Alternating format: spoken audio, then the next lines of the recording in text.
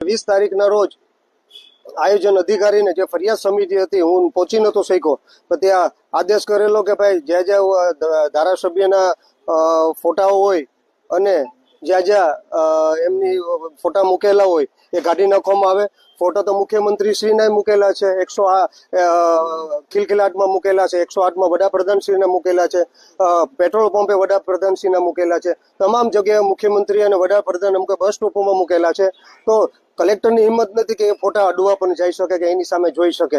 પણ અને 31/8/24 સરકારશ્રીનું માર્ગદર્શન રહ્યું છે કે ભાઈ 2005નું જે પરિપત્ર છે સ્વયં સ્પષ્ટ છે અને એમાં ખાલી નામ જ લખી શકાય, ફોટો મૂકી શકાય નહીં.